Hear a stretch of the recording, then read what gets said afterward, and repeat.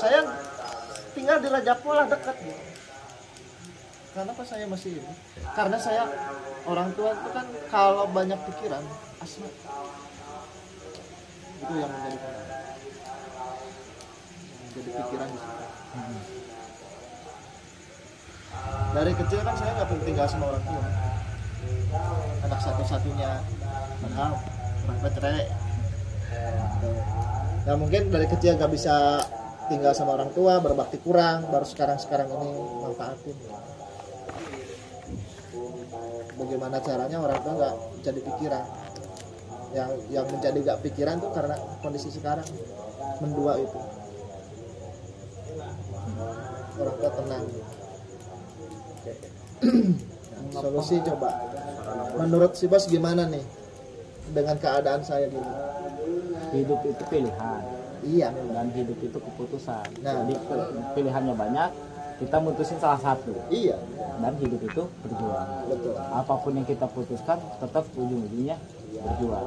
Betul. Nah, ketika udah memutuskan, karena hidup itu keputusan, hidup itu perjuangan. Nah, baru kita lihat hambatan tantangannya seperti apa. Karena apapun yang kita perjuangkan, pasti selalu ada hambatan tantangan. Nah, ending yang ketiga baru lihat hasil. Yang pertama putuskan salah satu, yang kedua lihat hambatan tantangan, yang ketiga lihat hasil. Karena apapun yang kita perjuangkan pasti ada hasilnya. Betul. Nah, kalau misalkan kita nggak usah yang di luar lah, kita di sini. Kita misalkan mutusin jalanin bisnisnya 10%. Betul. Ya hasilnya 10. bakal jauh. Iya. Karena kita 90% di sana, di luar. Nah, kalau misalkan kita 100% di sini dan ninggalin yang di luar di sana, hambatannya apa? Hambatannya otomatis kan tadi orang tua lah, iya, adik lah, iya. Dan mungkin kita harus dari nol lagi. Karena jaringan mungkin beberapa kan banyak yang mati, Iya. anggap dari nol lagi. Nah cuman kita lihat hasilnya, apakah hasilnya jauh lebih besar daripada hambatannya, atau kebalikannya. Kalau saya selalu seperti itu. Ketika mau memutuskan sesuatu, apa hambatannya dan apa hasilnya. Kenapa saya berani ninggalin dulu istri di Wonosobo, istri nelpon, kontek-kontek sampai ya beberapa kali nangis.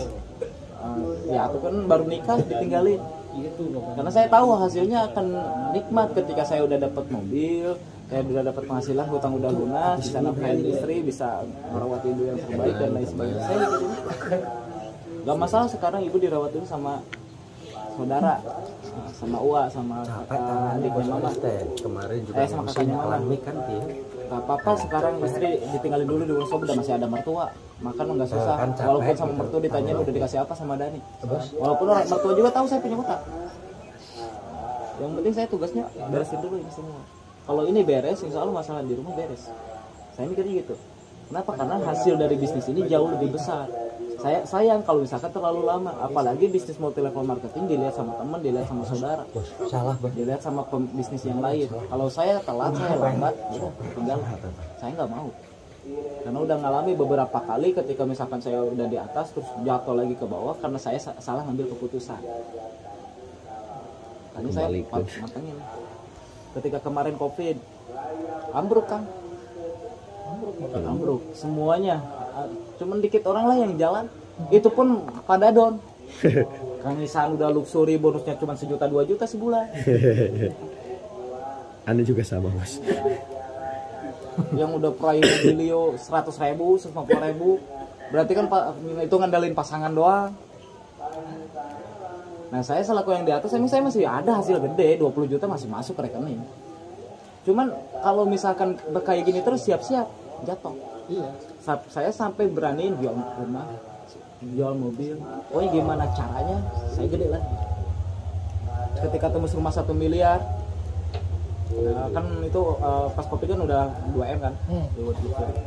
Itu saya habisin lagi semua, saya anggap dari nol lagi, saya berjuang lagi. Pokoknya kemarin sempat penghasilan 50 juta ternyata kurang. Ketika terjadi sekalinya jatuh 20 juta, wah capek. Saya pokoknya nggak mau tahu harus 100 juta sebulan. Kalau dulu 2 tahun habis-habisan, awal tahun ketiga nikmatin, sekarang udah 3 tahun totalin lah kagok. 3 tahun habis-habisan, awal tahun keempat baru nikmatin. Saya tahu resikonya, banyak orang yang bilang Kang Dani mending buat tanah, mending buat ini buat itu, saya buat jaringan dulu. Kenapa? Karena saya tahu hasil ke depan seperti apa. Karena kan sukses cuma 3S. Yang pertama saving, hemat, bukan nabung. Hemat. Nggak ada satupun orang sukses boros. Orang sukses, orang kaya, dia hemat. Nah, kalau misalkan buat konsumtif dia mikir. Tapi kalau buat produktif dia nggak pakai mikir. Kalau konsumtif cukup sekali-kali. Tapi kalau buat produktif dia nggak bakal mikir. Semakin dia nggak mikir buat produktif, semakin hasilnya besar. Nah, jadi berani ambil resiko. Walaupun nggak tahu nih, ketika produktif kata kita belum tentu kan hasil. Tapi setidaknya ketika kita tahu nih bakal produktif dan kita berani berkorban, setidaknya ada hasil. Walaupun nggak seperti apa yang kita bayangkan. Saya berani kayak gitu, teman-teman. Kenapa? Karena saya tahu orang kaya saving, buat produktif habis-habisan, tapi buat konsumtif nanti. Nah yang kedua, buat sukses ya selling. Gak ada satupun orang sukses tanpa hobi jualan. Nah, harus hobi jualan. Cuman jualan yang seperti apa? Kalau jualan pribadi jago closing, jago jualan, sampai kapan? Emang gede hasilnya kalau kita jago jualan. Cuma kalau kita doang ya gimana? Nah orang yang sukses mereka bangun sistem, orang yang jago jualan. Rata-rata seperti itu. Cuman ya kekayaannya pasti ada batasnya. Kenapa? Karena timnya dikit. Karena dia cuma ngebangun tim reseller, tim yang jago jualan. Bisnis multi level marketing itu dibuat bagaimana supaya jaringan atau timnya bukan hanya sekedar jago closing, tapi jago bangun sistem.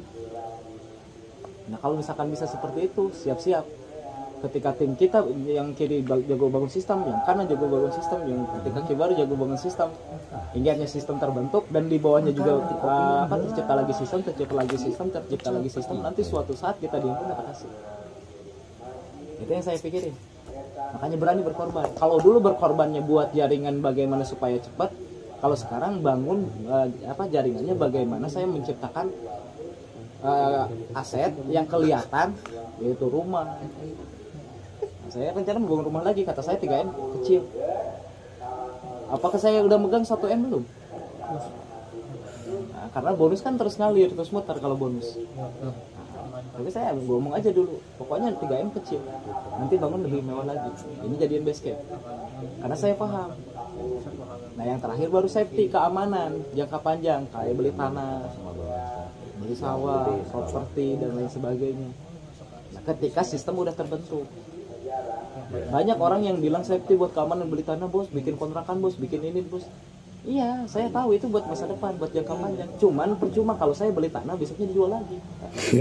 Saya percuma beli tanah sekarang bonus nggak naik stuck segitu. Ketika ada masalah langsung anjlok, ya, tina 200 juta, 100 juta capek. Mending gedein dulu bonus.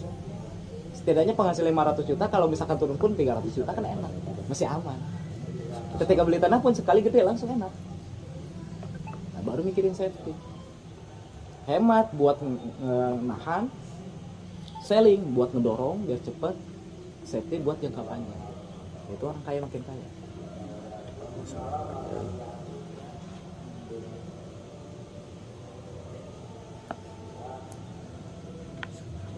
Tinggal kita pikirin, karena setiap apapun yang kita pilih, yang kita putuskan, selalu ada risiko.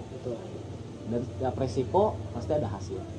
Semakin risiko besar, semakin tanggung jawab besar, semakin hasilnya besar di depan. Karena nggak ada satupun orang besar yang tanggung jawabnya kecil.